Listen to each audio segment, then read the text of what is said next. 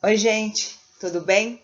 Já estava sentindo falta, né? Semana passada foi a nossa avaliação e por conta disso nós, não tivemos o nosso momento de aula. Bem, hoje a gente começa num outro ponto abordado do nosso capítulo 3, que é o renascimento cultural, né? Nós já ouvimos renascimento em outras partes do nosso contexto histórico abordado até agora, né, no nosso formato EAD, e agora a gente retoma principalmente o movimento, né, chamado de renascimento cultural nesse período, tá bom? Quero que vocês prestem bastante atenção, me acompanhem, tá? Destaque o que eu peço para vocês destacarem, deixem o livro aberto, né? Pausa o vídeo, vai lá onde eu pedi para que a gente possa fazer essa ligação, esse paralelo entre a aula que está sendo apresentada e o nosso conteúdo no vídeo, tá bom?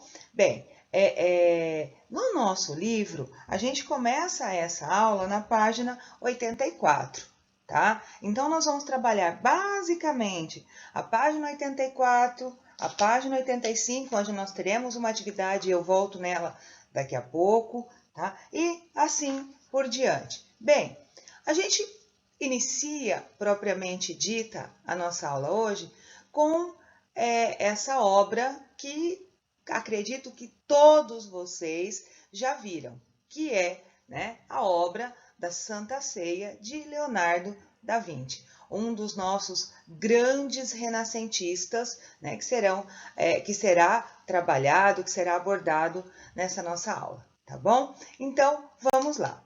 Primeiro, a gente precisa entender esse processo de transição, né? Fazendo uma memória das aulas anteriores para que a gente chegue a esta aula, este assunto, já dominando e relembrando tudo aquilo que foi trabalhado, tá certo? Então, olha ali, nós vamos falar de uma grande expansão da Baixa Idade Média, recordam? Tudo que nós vimos no capítulo 2, tá? Vocês lembram que quando nós falamos de capítulo 2, a arte estava associada, né, às a arquitetura, então as igrejas. A partir de agora, a gente vai buscar um novo conceito de arte, justamente aí, renascimento, tá bom? Aí ele vai falar, né, do comércio, por quê? Porque o comércio também passou por um renascimento. As cidades também passaram por um renascimento. Lembra? Renascimento cultural e renascimento comercial e renascimento urbano, tá? Então, por isso a gente tem essa associação, certo? As principais cidades italianas que eram cidades comerciais, lembra que eu já abordei com vocês sobre isso? Gênova, Veneza, Florença. Guardem bem estes nomes, essas cidades, principalmente Florença, tá? Vocês vão perceber que um número muito grande dos artistas do Renascimento, tá, são florentinos, tá bom? Bom, o feudalismo então traz todo esse processo, né? E consequentemente vai expandir economicamente a Europa. E essa expansão econômica europeia trará todos os benefícios para o renascimento cultural, tá bom? Bem, continuando então, vocês também se recordam, se lembram que nós, né, já vimos o processo das inovações científicas. Lembram, né? Nós falamos também da Idade Média, né? A ciência na Idade Média, a universidade na Idade Média, como se pensava tudo isso lá atrás, né? Principalmente, né, na Baixa Idade Média, a partir do século XI. Tá? Então, nós vamos falar ali de aprimoramento dos instrumentos de navegação. Falei com vocês numa aula desses dias, né? O astrolábio, né? A bússola, a luneta, todos esses instrumentos que favoreceram, né, as navegações marítimas, tá? A elaboração dos mapas, né, a cartografia, que ajudou muitos navegadores, principalmente os italianos, os espanhóis e os portugueses, no processo de expansão, né, das suas monarquias e, consequentemente, as colônias, tá bom? Os estudos da astronomia, né, da anatomia, lembra que nós estudamos isso numa aula de como a ciência era abordada na Idade Média. Falamos do médico Avicena, né, os árabes que estavam à frente desse processo todo em expansão, tá bom? E, consequentemente, né, a cura para as doenças já foi abordado com vocês, a peste negra, tá? A famosa peste negra, né, que dizimou praticamente 1/3 da população europeia, tá? E o surgimento da imprensa, propriamente trabalhado a partir de agora, tá? A imprensa de Gutenberg. Nós vamos falar isso no nosso capítulo, certo? Bem, então quando a gente se fala em mudanças, tá? A gente pensa nesse desenvolvimento, tá? Então, deixe sempre claro e, se possível, busque grifar ali no livro de vocês, quando fala, tá, nesse poder político e econômico, logo na primeira linha, tá, da página 84. Por quê? Porque esse desenvolvimento político e econômico está associado à expansão marítima e acompanha o intenso movimento cultural. Agora sim, tá? Destaque no livro de vocês, no final do primeiro parágrafo, eu inclusive vou pegar aqui para vocês, olha lá. Vocês vão destacar, por favor, o movimento denominado Renascimento foi uma das expressões das transformações ocorridas no período que marca a passagem da Idade Média para a Idade Moderna, tá? As duas últimas linhas do penúltimo parágrafo, vocês vão olhar embaixo aqui da imagem, né? E fará, então, essa observação. Por quê? Porque a gente vai entender que toda essa transformação, toda essa movimentação favoreceu, então, esse desenvolvimento, tá? Então, essas transformações vividas nesse novo tempo, daí, renascimento, vou fazer uma observação para vocês, tá? Aqui, quando a gente fala em renascimento, eu encontrei um trechinho de um livro, tá? Em que ele vai dizer que renascimento em italiano é rinascista. E esse rinascista significa o quê? Nascer de novo. Ou seja, será que essa arte ela não existia? Porque se ela não existisse, não seria renascimento cultural, certo? Então, nós temos os italianos, principalmente os italianos, porque o Renascimento é um movimento que nasce na Itália, tá? Numa transição aí entre o século XIV e o século XVI, por isso, Renascimento cultural italiano, mas vai depois se espalhar por todo o mundo, né? Mas o berço do Renascimento, como nós falamos, é a Itália, tá? Período, transição, né, entre século XIV e século XVI, né? Conceito, movimento cultural de valorização da cultura da antiguidade clássica, né? Então, esses artistas vão buscar na Grécia, na Roma antiga, como se trabalhava, como se abordava a arte na antiguidade. Olha lá, já dei um gostinho para vocês. Bem, então vamos lá, observem. Vocês já viram essas imagens, talvez uma ou outra, né? Aqui está no canto direito do nosso vídeo, é a mesma imagem que está na página 85 do livro de vocês. Muito importante porque nós vamos fazer uma atividade associada à imagem, associada à escola de Atenas, tá? E aí, então pense, muitos defenderam e perceberam essas mudanças. Porém, tá? Algumas pessoas criticavam, como em todo momento renascentista, como em todo período histórico, certo? Então, esse período de renovação é conhecido como renascimento cultural.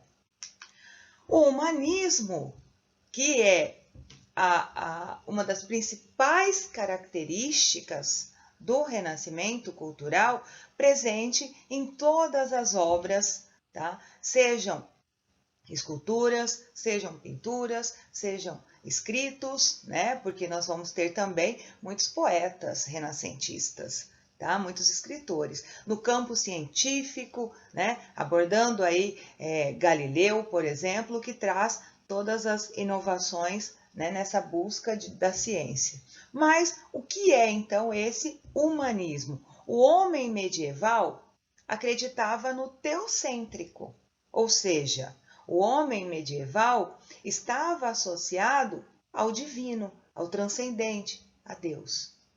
No Renascimento, nós vamos ter então o humanismo, ou o que alguns chamarão de antropocentrismo. Antropocentrismo está sendo, né, será abordado no livro de vocês a partir da página 88, mas isso é um outro ponto, né? Vamos ficar por enquanto no humanismo para a gente entender.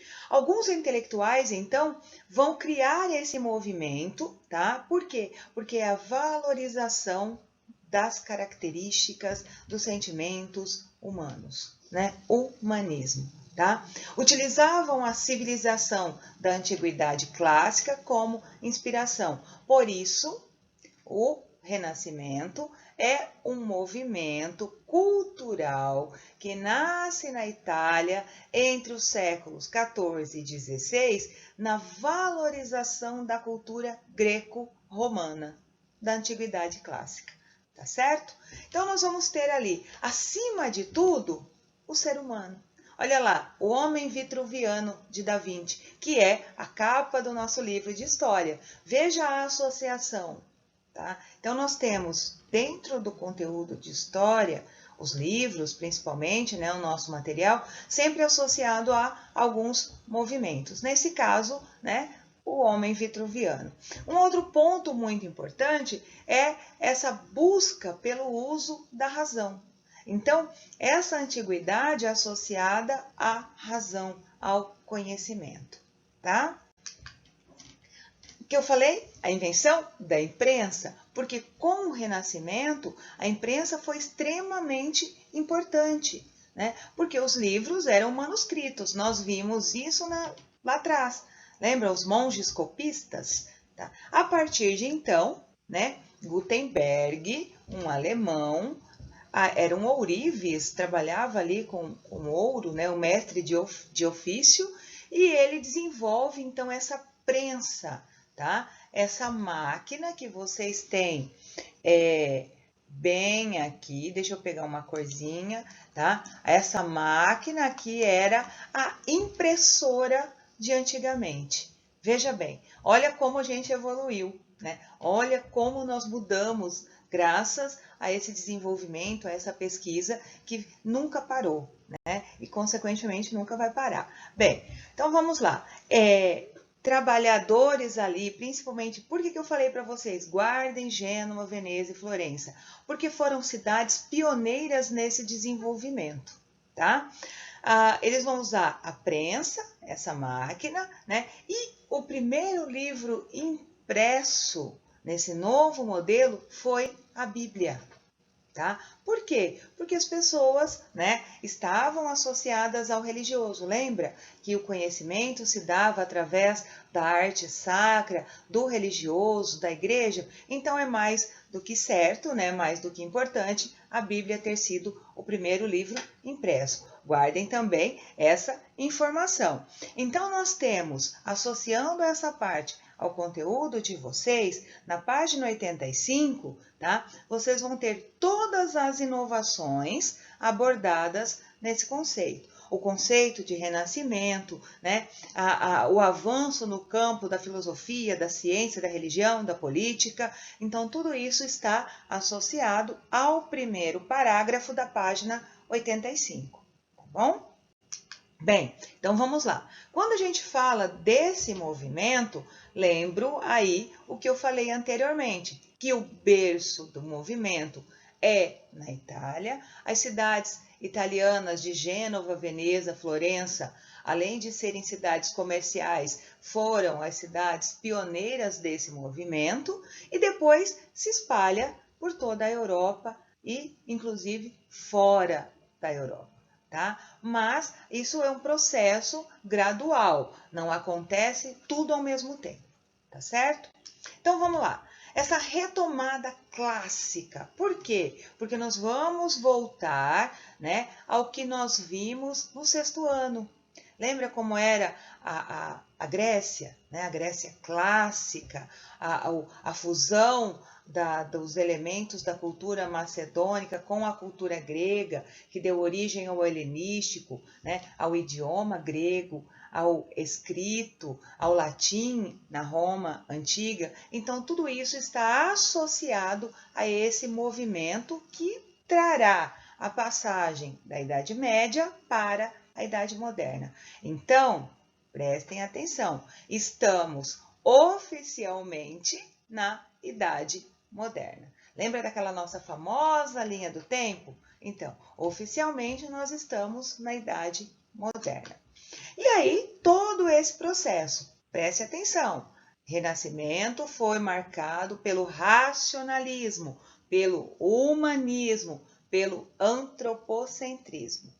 Tá? Palavras que precisam estar presentes aí, né, com vocês. Então anotem. Para aqui um pouquinho, professora, vou deixar você falando sozinha e vou anotar. Humanismo, né, racionalismo, antropocentrismo. Aí vocês colocam aí palavras importantes para entender o Renascimento. Isso é muito bom, tá? Entender que lembrar que essas palavras de racionalismo, humanismo, classicismo. Ah, mas o que era o classicismo mesmo? A valorização da Grécia e da Roma. Opa, parou, anota, né? Para a gente ter bem claro tudo isso como vai acontecendo, certo? Bem, olha aí, o antropocentrismo. Como o antropocentrismo será abordado daqui a pouco, num outro momento, né? É só o homem como centro do universo. Lembra que eu falei para vocês? A capa do nosso livro de história, O Homem Vitruviano de Leonardo da Vinci, né? Ou seja, conhecer as perfeições da natureza humana. O otimismo, tá? Então, esses artistas eram muito otimistas, tá? O racionalismo, o humanismo, então esse conhecimento que abrange de toda forma tudo que está presente no universo, certo? Sem desvincular, sem desmembrar, vamos dizer assim, o que foi visto, o que foi aprendido na Idade Média, associado ao religioso, tá bom? Olha aí, vamos lá. Quando se fala em Renascimento, a gente espera ansiosamente para falar dos artistas desse período, tá? Porque o Renascimento, todo o movimento, ele é muito importante. Mas falar dos artistas é muito gostoso. E o nosso primeiro artista é Leonardo da Vinci. Então, para falar dos artistas, nós vamos a partir da página 87, tá? Então, Leonardo da Vinci era, assim, engenhoso, né? Escritor, pintor, arquiteto, físico, músico e etc. Destaca-se, né, entre os seus quadros mais famosos, a Mona Lisa e a Última Ceia. Porém, tá? Desenvolveu aí projetos, tinha um caderninho, né, onde fazia as anotações de muitas coisas, né? Inclusive a bicicleta, o protótipo do helicóptero e assim por diante, tá certo? Senão a nossa aula vai ficar muito prolongada. Bom, Michelangelo Buonarroti, tá? Michelangelo também arquiteto, pintor, projetou aí o teto da Capela Sistina, né? Então maravilhoso, pintado por Michelangelo. Porém, as esculturas que se destacam, tá? Nós vamos ter Davi, Moisés e a Pietà, Maria com Jesus nos braços, tá? Ambos As obras todas de Michelangelo, uma única pedra de mármore transformava-se em obras maravilhosas, né? Se a gente der um zoom na tela, nós vamos perceber detalhes, né, do corpo, detalhes humanos presentes nas esculturas. Rafael Sanzio, autor de várias Madonas, de várias Marias, né, retratado também, então associado a esse pensamento religioso. Tá? Sandro Botticelli traz, né, aí um número também de mulheres inspirados nessa tradição religiosa, na tradição pagã. Aí nós vamos ter o nascimento de Vênus e a primavera. Galileu Galilei na ciência, né, com os experimentos. Nicolau Maquiavel com o livro, o filósofo, ele escreve o Príncipe, né? O Príncipe. Na verdade, Nicolau Maquiavel, nós vamos falar muito dele no 8º ano, né? Agora, é um artista, é um escritor do Renascimento, mas será abordado muito mais no 8º ano, tá? Nós vamos ter aí os artistas, os escritores fora da Itália, tá? Então, temos nosso primeiro na Holanda, Erasmo de Roterdã. Erasmo, ele vai criticar a sociedade da época, tá? Então, ele é um escritor. Como? Ele vai escrever um livro chamado O Elogio da Loucura, porque é uma crítica, né, à política, à sociedade, a como as pessoas estavam vivendo naquele período, lá no século XV e XVI. Tá? Na França, entre vários, eu escolhi Rabelais. Rabelais também vai satirizar, ele será uma espécie de cartunista naquele período, falando das monarquias francesas, nas duas obras Gargantua e Pantagruel. Na Inglaterra, Shakespeare. Né? Nós conhecemos, né, os livros, as obras de Shakespeare, mas a mais famosa e mencionada, né, no Renascimento, Romeu e Julieta, Sonho de uma Noite de Verão e assim por diante. Na Espanha, né, nós vamos ter vários, mas escolhi, né, Miguel de Cervantes. Miguel de Cervantes com Dom Quixote e seu fiel escudeiro Sancho Panza. Né? Vocês, se não leram, vão ler ainda o livro Dom Quixote. Tá? E Luís de Camões falando dos Lusíadas. Nos Lusíadas, Camões narra, né, a aventura pelo mar. Então, ele vai falar do Mediterrâneo, né? do mar, do Atlântico, dessa navegação marítima, quantas mães choraram, quantas esposas choraram, ou seja, mas ele vai dizer que valeu a pena. Tá?